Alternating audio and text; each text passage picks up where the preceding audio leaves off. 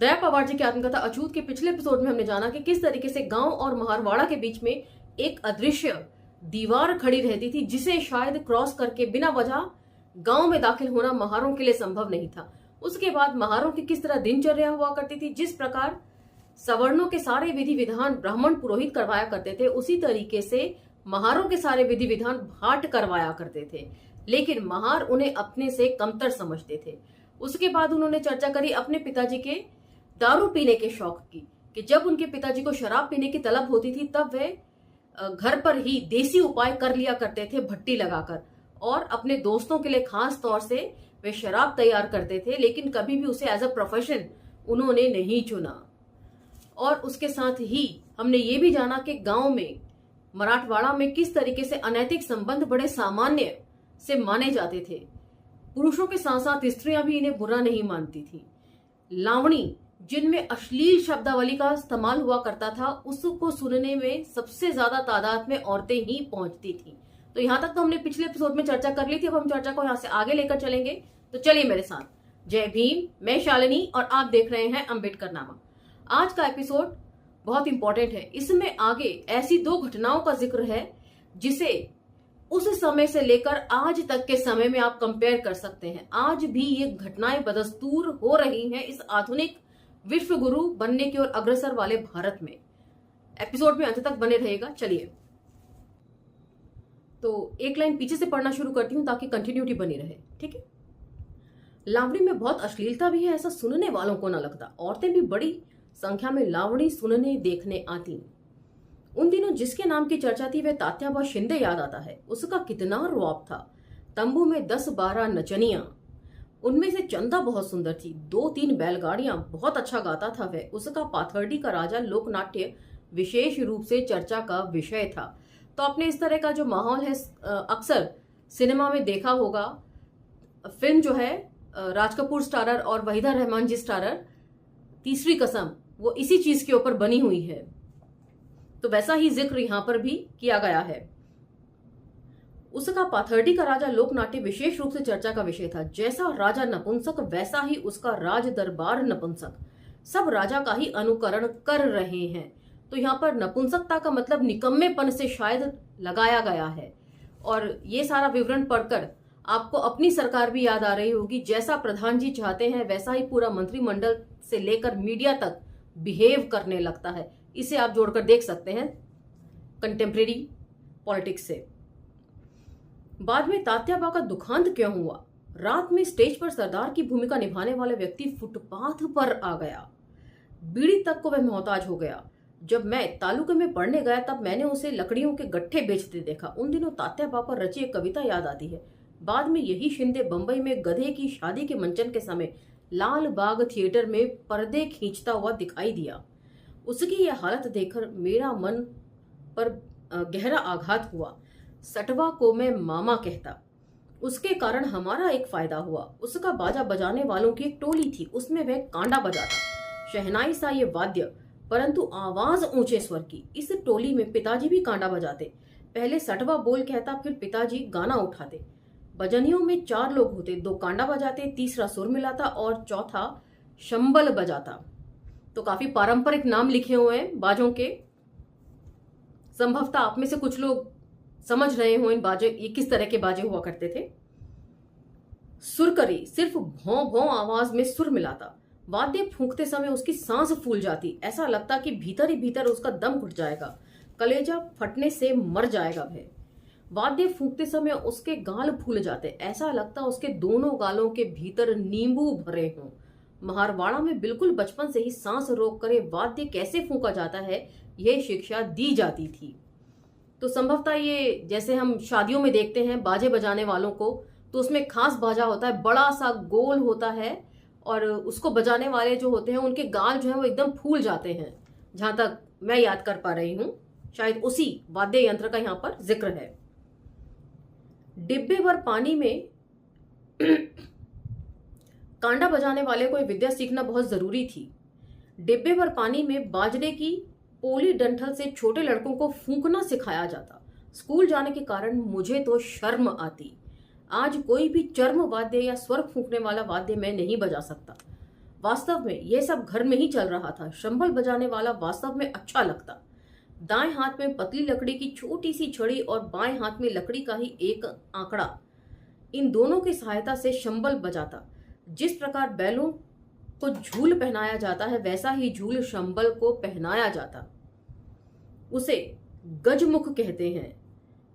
उस पर आईने के छोटे छोटे कांच के टुकड़े लगे हुए, सामने लेजिम की टोली नाचती और बीच के घेरे में बजनिया खड़े होते।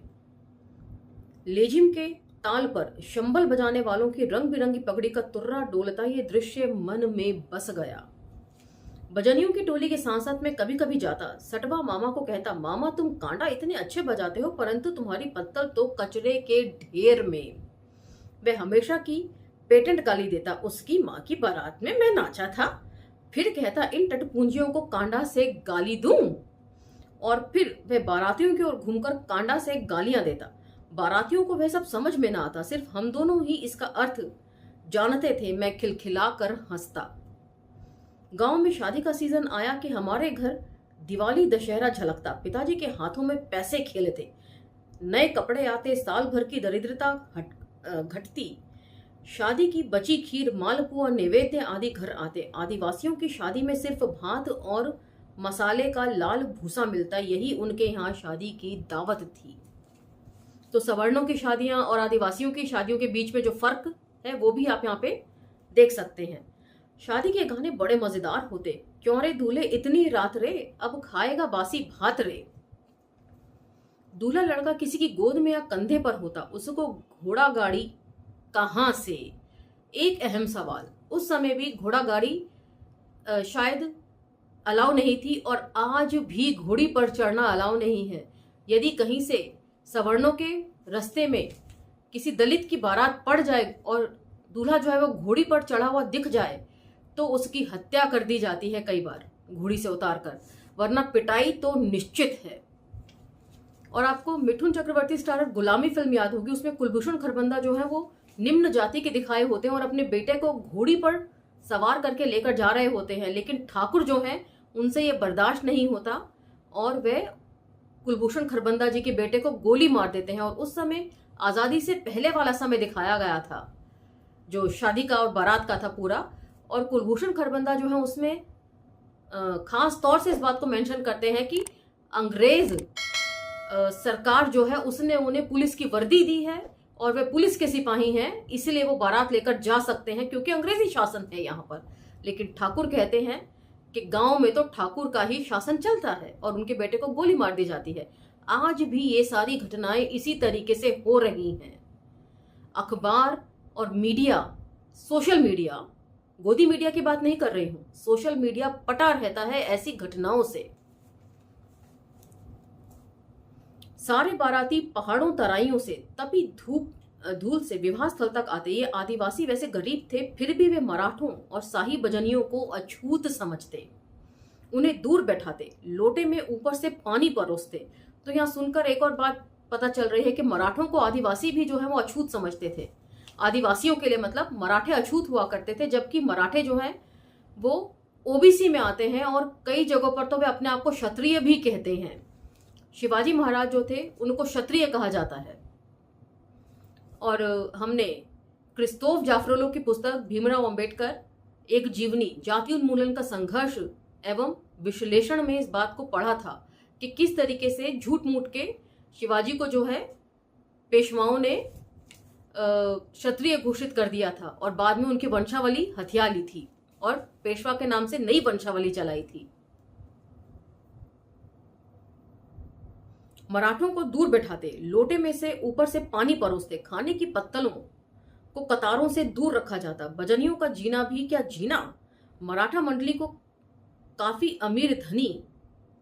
आज मैं देखता हूं बैंड बाजे वालों का कितना सम्मान है, तो उस समय मराठा मंडली जो थी वो धनिकों में आया करती थी।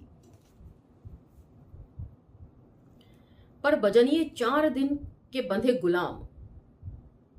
कोई भी लड़का बच्चा आए और डांट कर कहे बजाओ, उसका कोई टाइम टेबल नहीं था। विवाह पूर्व प्रीति भोज बजाओ, हल्दी लगी बजाओ, शादी में बजाओ, बारात आई बजाओ, बाराती हाथ पैर धो रहे हैं तब भी बजाओ, वर और बाराती की विदाई सौगात के समय रात के 2-3 भी बजे बजाना पड़ता।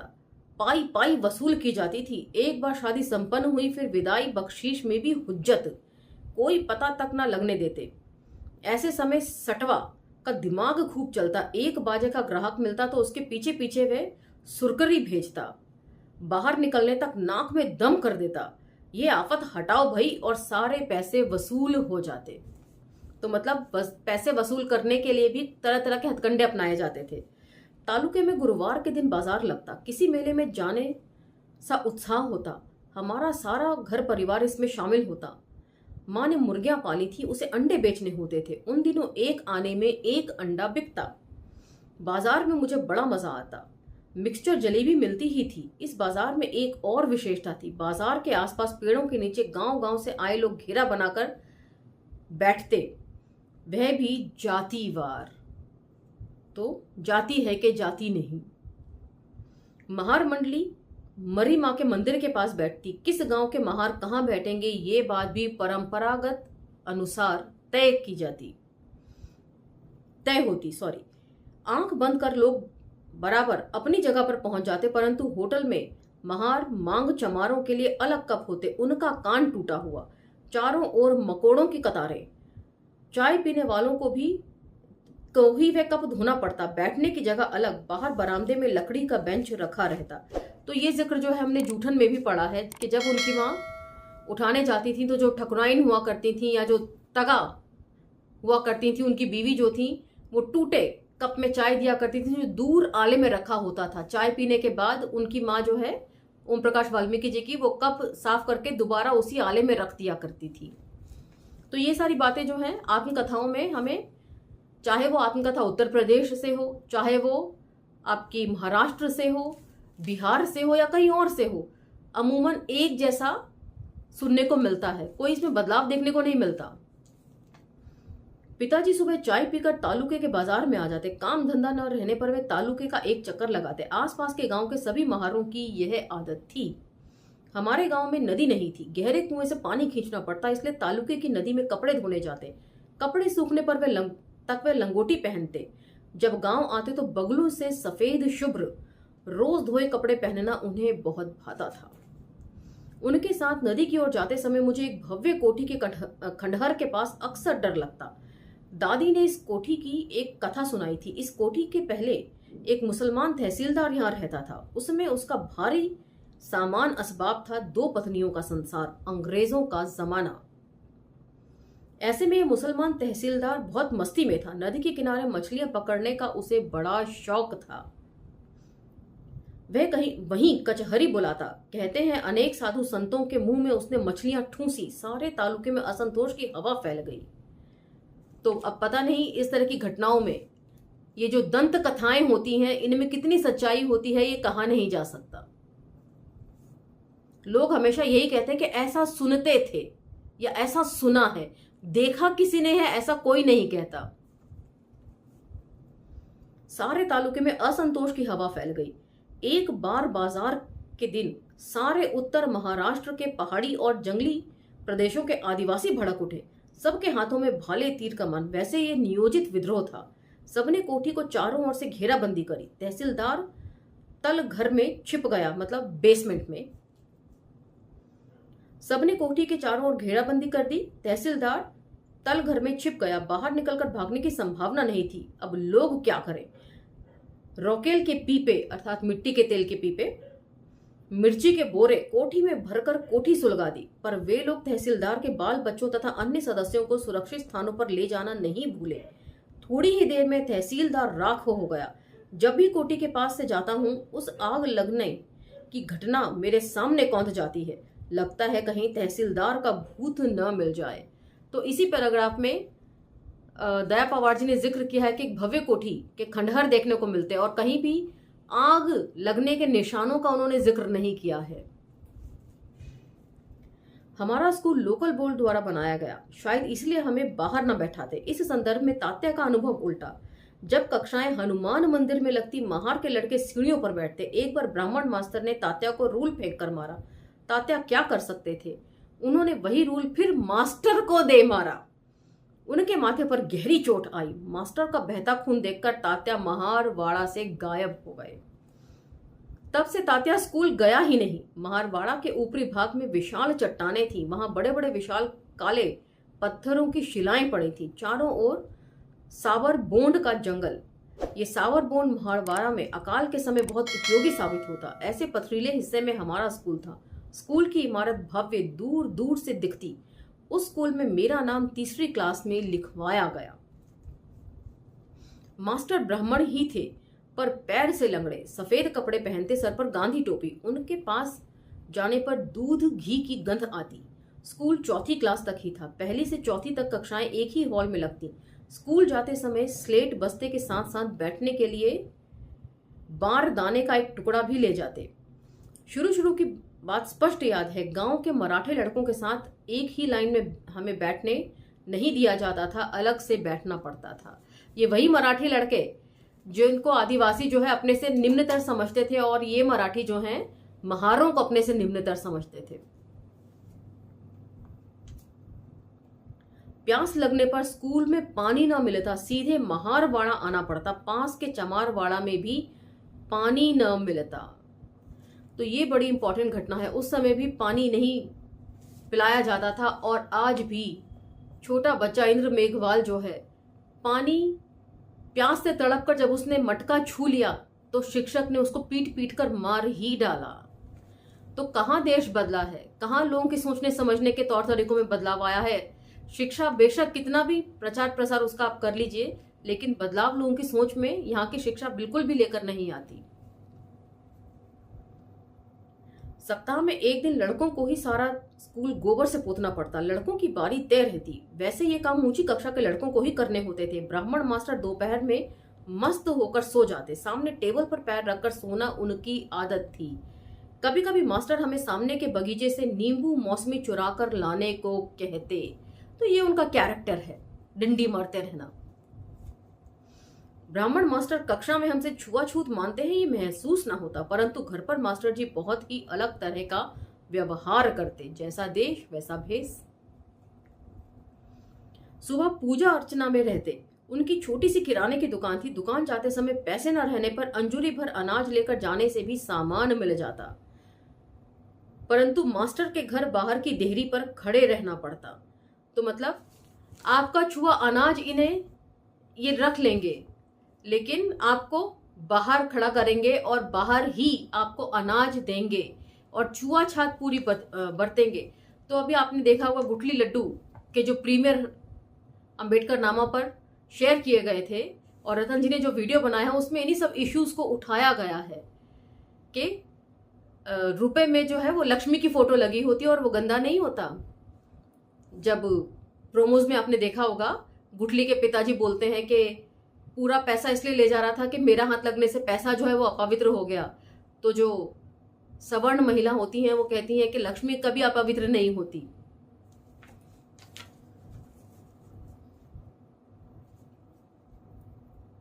दुकान जाते समय पैसे न रहने पर अंजुरी भर अनाज लेकर जाने से भी सामान मिल जाता, परंतु मास्टर के घर बाहर की देहरी पर खड़े रहना पड़ता। घर में प्रवेश करने की मनाही थी। देहरी से भी छूत तो नहीं लगेगी, इसकी सावधानी रखकर ही माल दिया जाता। स्कूल के मास्टर और घर के मास्टर में बहुत अंतर दिखाई देता। ऐसा लगता कि घर जाते ही उन्होंने खूंटी पर टंगी अपनी जाति का जनेऊ फिर चढ़ा लिया हो। मैं शहर में आ गया था, लेकिन मेरे साथ कुछ शब्द भी शहर आ गए थे। मेरे बोलने में अक्सर सबर शब्द आता, विशेषकर कबड्डी खेलते समय रुको के अर्थ में मैं उसका प्रयोग करता। मराठों के लड़कों को ये शब्द समझ ना आता, उनको ये गई गुजरी भाषा लगती। वैसे देखा जाए तो देहात के लड़कों में मैं अच्छी मराठी बोल लेता था, फिर भी मेरी हंसी उड़ाई जाती। धीरे धीरे उनके साथ मेरा खेलना बंद हो गया। भाषा के कारण एक बात याद आई, तालुके के स्कूल में भी इनके लिए महारों की भाषा कहकर तिरस्कार किया जाता।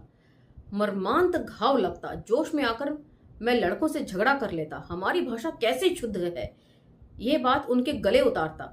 मेरी बातचीत में नहीं और बाजार शब्द खास तौर पर आते। नहीं और बाजार शब्द उर्दू के खास शब्द हैं, और ऐसे ही अनेक शब्दों को मराठी में राज्य मान्यता मिल गई। तब मेरी भाषा के नहीं और बाजार शब्द किस तरह सर्वथा उचित हैं, यह मैं विशेष रूप से स्पष्ट करता। तो मतलब कितना भेदभाव भाषा के स्तर पर भी रहता है। उर्दू की शब्दावली का आप इस्तेमाल कर रहे हैं, उर्दू के शब्दों का इस्तेमाल कर रहे हैं और हिंदी में ये बोली नहीं जाती, ये बात तो मुझे समझ में आती है, लेकिन मराठी भाषा में भी इनका प्रयोग वर्जित है, ये मेरे लिए नई बात है। और यदि कोई उस समय इस तरह की भाषा का इस्तेमाल करता था तो उसे महारों की भाषा कहा जाता था, मतलब बेकार भाषा है ये। तो महाराष्ट्र के साथी एक बार फिर मेरा मार्गदर्शन करेंगे, क्या आज भी भाषा के स्तर पर इस तरह की छूत बरती जाती है शब्दों के साथ?